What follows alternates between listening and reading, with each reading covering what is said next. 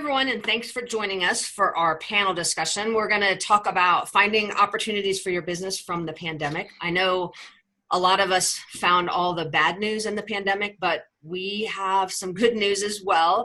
And as Ed likes to say, we've borrowed this from him quite a bit, how to find the rainbow and ride that rainbow through the storm to the other end. So we got a group of people together that are folks that are in our Profit Network coaching program. And we just want to talk to them a little bit about some of the lessons they've learned, some of the things that they did to help make it through this pandemic. And they're all just like you know, small business owners that were hit hard by this pandemic. I think the thing that we want to really stress is some of the positives that they found throughout this whole challenging time. So we're going to be talking, I'm going to list who everybody is on here. And if you guys want to just put your hand up when I say you are, because you're not necessarily in the order that everyone will see you in, I think. But anyway, Dee Dee Fasquel from Luckydog Day and Night Care. So she's up there. And then obviously we've got me and Susan as well. Then we've got Kristen Heaney, who's from Yard Bar. She's there. Torres-Radle from Fieldstone Animal Inn. We've got Karoline Brewer from PawHootz. And then we have Cindi Carter from Walks and Wags. And then we have Ed Kaczmarek from Urban Pooch. So we're going to just get started with a few questions. So I'm going to start with the first question, and that is, what was the one thing you would have done differently if you knew this pandemic was coming? And I'm going to just toss that to Anna first to answer that question. Okay. Thank you. The very worst decision I made was I put off raising our rates. So we had decided at the end of 2019 to raise our rates. We had all the model done, and we just kept thinking, oh, we need to do this before we roll it out. Oh, we'll do this before we roll out. And our date to roll it out was finally April 1st. And so, of course, that didn't happen. And now we think that we probably won't be able to raise our rates until the very end of the year. So not only do we lose money because of everything that has happened, but we could have been earning more money from the business that we got coming in had we not hesitated to raise our rates. Yeah, that's a great lesson learned. I think we always tend to put off raising rates anyway. So maybe a little bit more incentive to do it faster when you need to do it. What about you guys, Ed? What do you think you would have done differently? Well, you know what? I'll tell you, we were in the same position for the raising rates for our daycare and boarding. But I think that the biggest thing for us is we can no longer ever be so cash flow tight, because even if we would have had just a couple weeks extra cash, we would not have been in the position of truly being afraid of, losing our business. And fortunately, we were able to mobilize, and we reduced everyone 25% in salary, and they agreed to that because they still wanted to work. And, we will be able to stay, afloat until we can, fully reopen. So that's what I would do differently. Yeah, and I read a study not too long ago that really said most small businesses have less than 6 weeks cash on hand in cash reserves. I think that's been a kind of lesson learned, I think, for a lot of us. Karoline, what do you think? What would you have done differently if you knew the pandemic was coming? Well, I absolutely have to agree with Ed, because the cash flow, it was a challenge. For us, it was a particular challenge because right before the pandemic happened, we decided that we were going to change our name, and we'd been working on this project for a year. And so it was a major marketing effort, and we were supposed to have an April 4th event, private event, and then a May 5th, Cinco de Mayo, big celebration and grand opening. And so it made it extremely challenging because now there's no group gathering. So trying to, if I had known the pandemic was happening, yes, of course, I would have probably figured out a way to time that differently. And make sure that I didn't spend all of our funds on this one thing that was going on, so that we would have a little bit more reserve in the bank. But I think in terms of one thing that I learned the hard way was that our online platforms were not as robust as they needed to be. And we scrambled to try to make that happen. And I mean, like online resales and, online communications with clients and that type of thing, that I think it took us, we were a little slow in getting those things up and running, which would have made it a lot better had we done that a lot sooner. So. Yeah, and I've actually heard from quite a few people that I always thought about doing online, XYZ, and suddenly they were forced to do it. Suddenly, or So, yeah, some of those things you never could have planned for. Right. Anyone else have anything they want to add to that? And if not, we're going to throw it back to Susan. You know what? I'll do one more ad. The online shopping, we have shop.urbanpooch.com that we do through eTail Pet. It totally saved us. I mean, it really, really, and we had just done it like 6 months ago, and it was a lifesaver. I know a lot of people that got started really quickly on eTail Pets for that same reason. Awesome. All right. You guys are rocking it. So now I'm going to ask you to tell us and share what is the one thing as a business owner you did accomplish over the last year that you view as a big benefit in managing through the pandemic. So Kristen, I'm going to let you kick us off with that one. Well, it's going to sound like a pitch for the dog gurus, but my answer really is that I have made an investment in coaching through a couple of different programs. So one program that actually really helped my business get a hold of its core values and make sure that our entire company really understood those values and empowered my managers to create and build systems and maintain employee development meetings with our team on a weekly or bi-weekly basis. So my team understands like the love among my team through this, the communication through this, and like even having to let them go, they are out there being advocates and supporters still of our business, and that's been huge. And then specifically with the coaching through the Profit Network, this community is it's made such a big difference. I mean, it has emboldened me and encouraged me to raise prices, which is something that I know we all struggle with, which paid for itself for the coaching program and made sure that we had it's what helped us build that stockpile of cash that the others on the call were talking about wishing they needed in that they had. We do have a healthy cash reserve, and that's making it a lot easier to make decisions and feel sort of comfortable and not completely scared as we sort of slowly keep moving through this. So just investing in yourself and your business and in coaching. People will tell you don't need it, and they're wrong. You just have to find, it is a matter of finding the right program and the right coach for you and what you need and what feels right for you. So if you've had a bad experience with coaching, that's kind of where that advice comes from. But that's made all the difference for me, for sure. You rocked it, Kristen. So how about you, Dee Dee? I have to agree with Kristen. Joining the Profit Network, as you guys are aware, changed everything for me. I walked into a business that ended up kind of being a failing business and realized that I needed some assistance. And so I collaborated with your awesome team. And I think based on the feedback I made with your guys' sound advice, you gave me the confidence to make some pretty drastic changes that were needed in my pricing structure. And it put me in a great position when the COVID crisis hit. I can't even imagine what headspace I would be in right now if I hadn't made those changes. I don't know if I would make it through. So collaborating with you guys and getting all the assistance that I needed.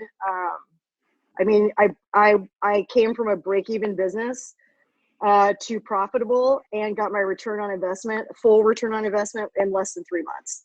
So that changed everything for me. It's been awesome. So thank you.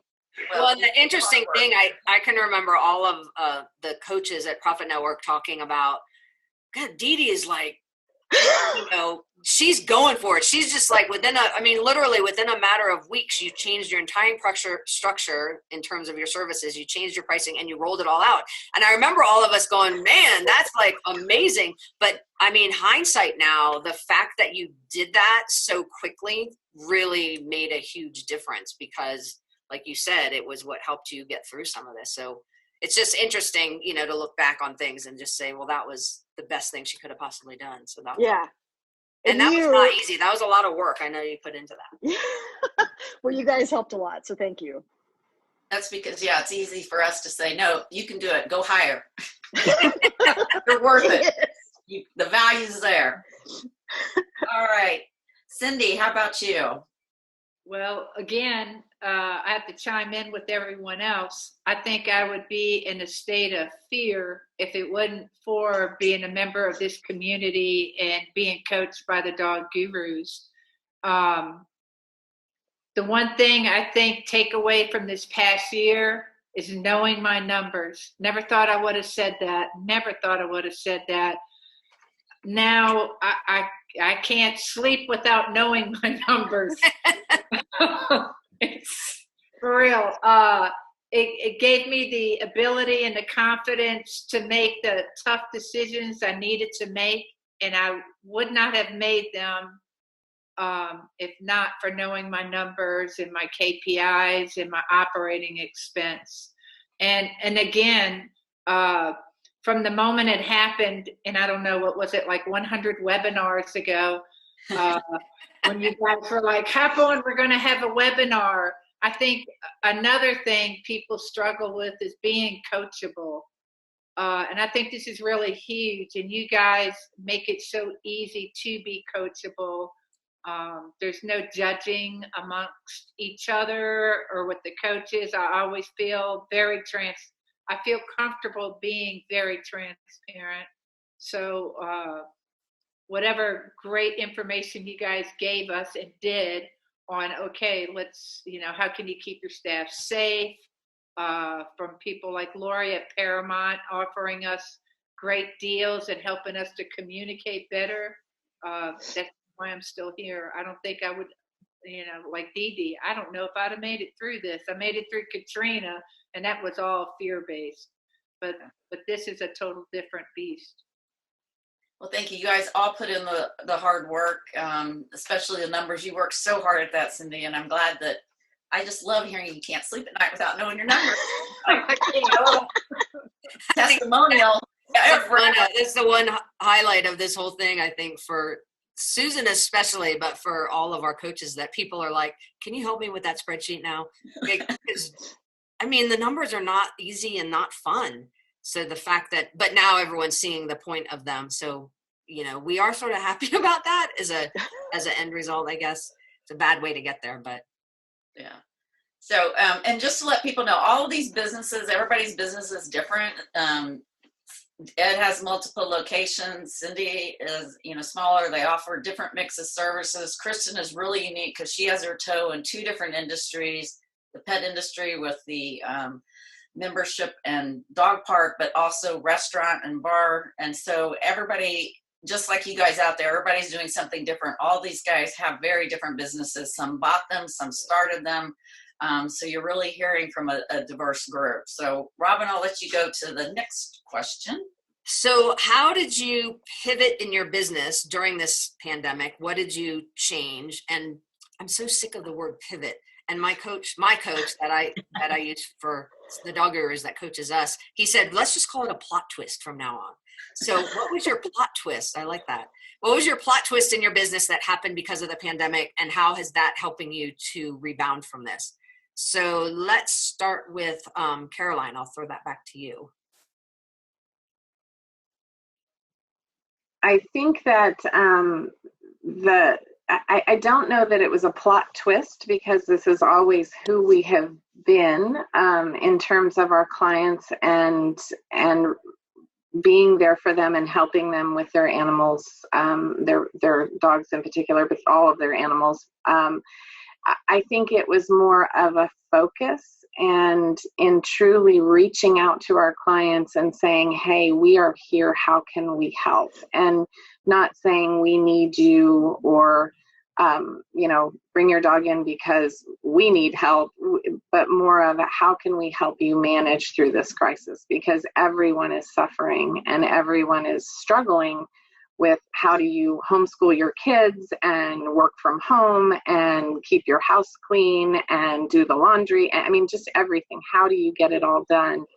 So our biggest efforts were put towards literally picking up the phone, calling them, reaching out through social media, making sure that they knew that whatever they needed, we were here to help them.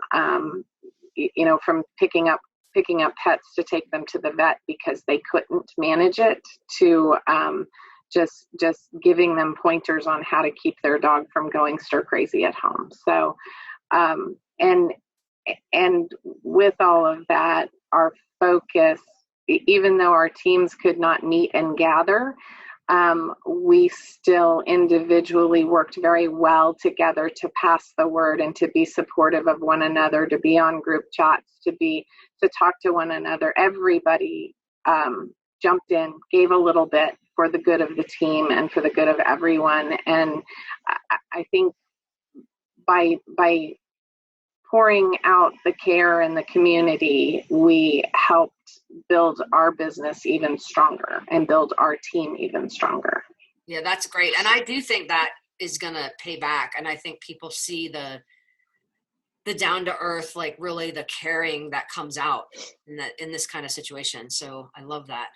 What about you, Dee Dee? How did you guys pivot and how is it helping you to rebound? Well, as soon as I found out that we couldn't really manage effectively social distancing, I made the call to close May 19th.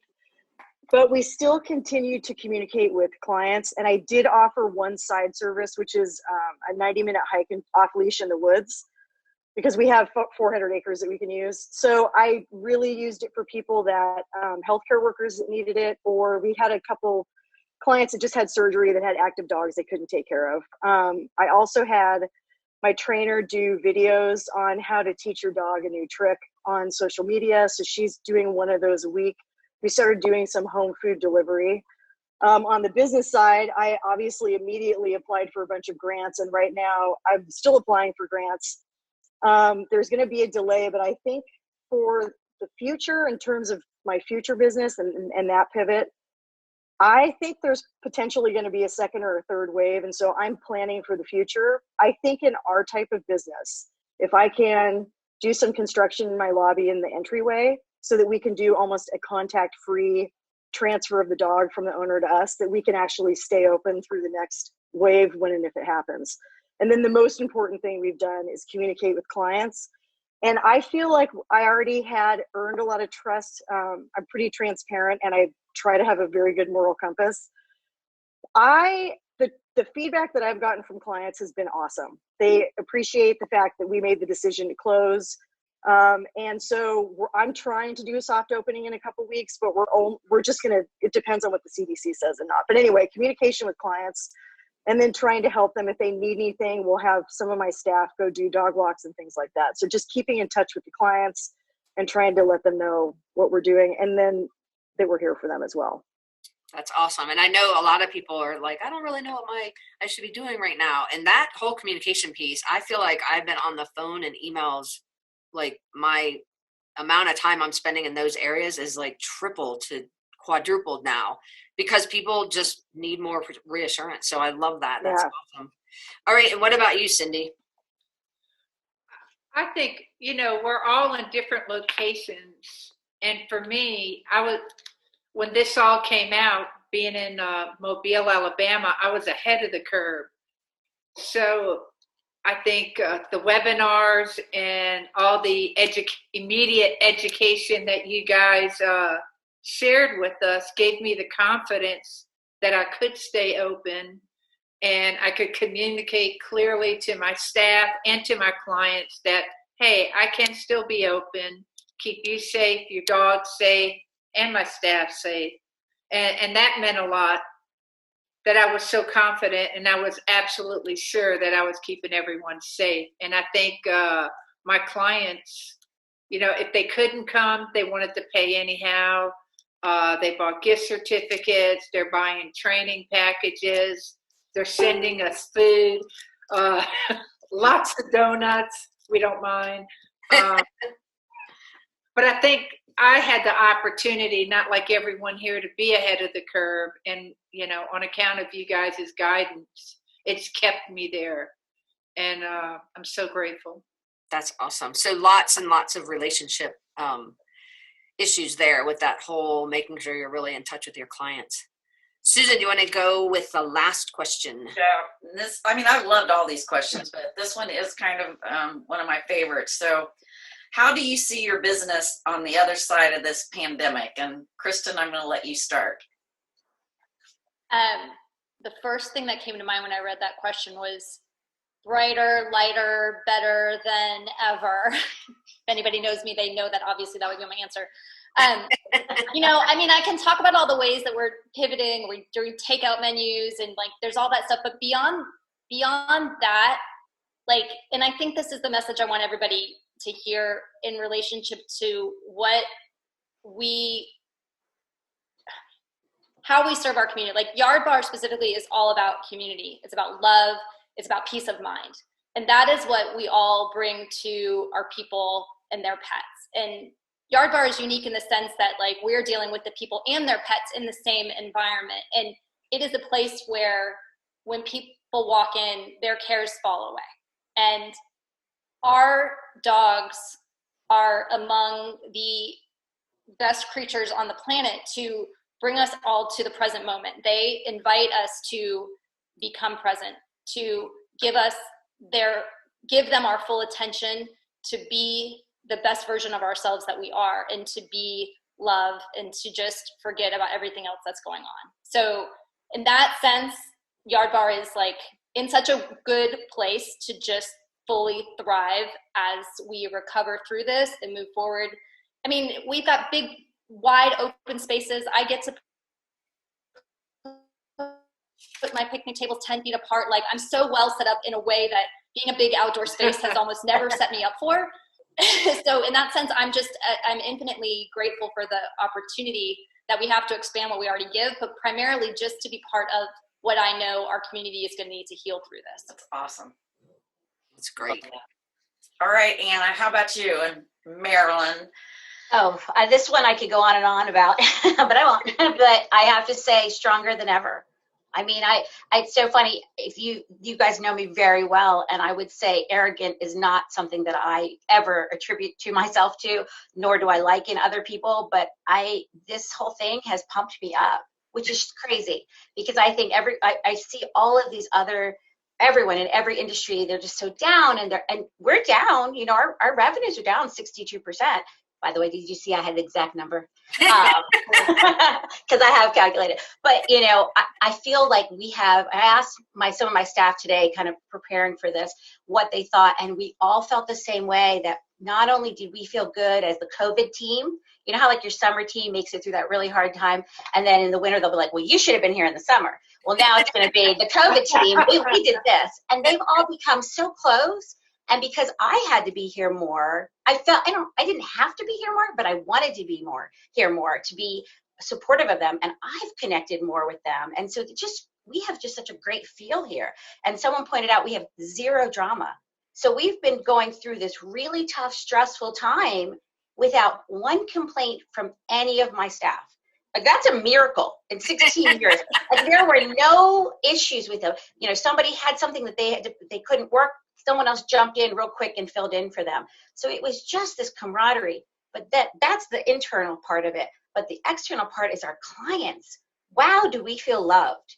And so, I look around, I talk to all these other people, and I know several businesses are doing well like us, but we haven't gone really that low when it comes to daycare. Of course, we have zero lodging, but our numbers have stayed steady, at in 40s, 50 range, which is, we keep asking ourselves, why is that happening? Why is that happening?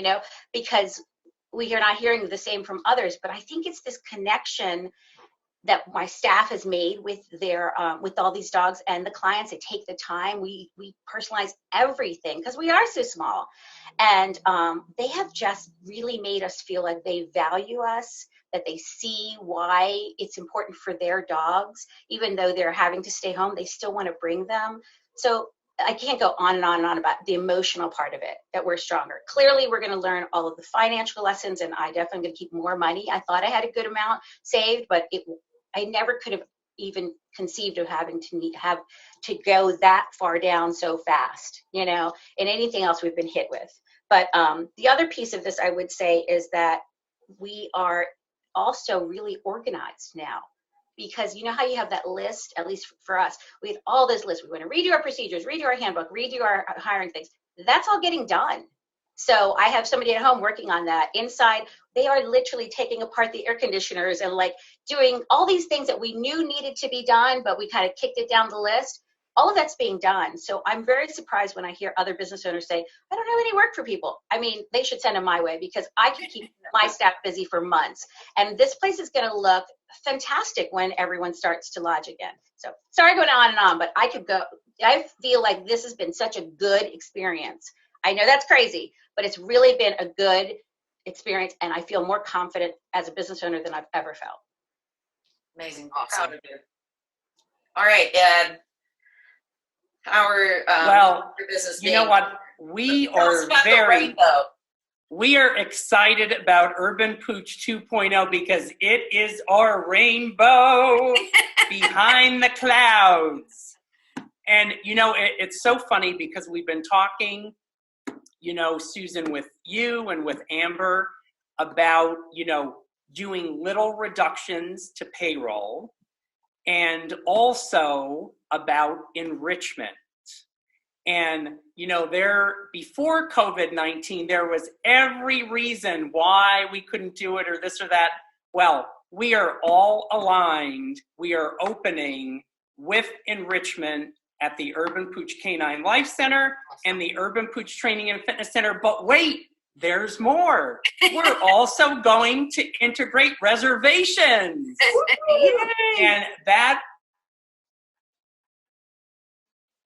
was something that everyone pushed back on. And I'm like, but every successful unit across the country is doing reservations. So, you know, the good thing is we have Pet Exec and it can be done that way. You know, we're going to open where people can request grooming appointments through Pet Exec. And, you know, our customers have been amazing. The other day, we had 100 dogs in daycare. Wow. And you know what? But it's funny, 30 of those dogs were new clients that came from competitive facilities that decided to close down. And, you know, so it's very, very interesting. And any of those clients coming to us now become super VIPs for the next year. And regardless of reservations, they can stroll in whenever they darn well please. And, but, you know, it also showed us that when we reopen, we are going to allocate half of a person every day to do deliveries through shop.urbanpooch.com. And we're going to increase our radius from 4 miles to 8 miles. And something we've been talking about for well over a year, we now offer online dog training with both levels at all 5 levels. We have puppy classes online. We just put nose work online. And we offer the Fabulous Dog Gurus Tricks training class, you know, which we've had about 12 people take advantage of so far. So, you know, all of a sudden we're going to open with all these new revenue streams and we're going to be a little tighter. So we're going to have more profit and a little bit more cushion. I know. Let's hear it for profit, ladies. You know, and the good thing is we've always been good about our numbers, but we've also been stuck with not knowing how to get some things done.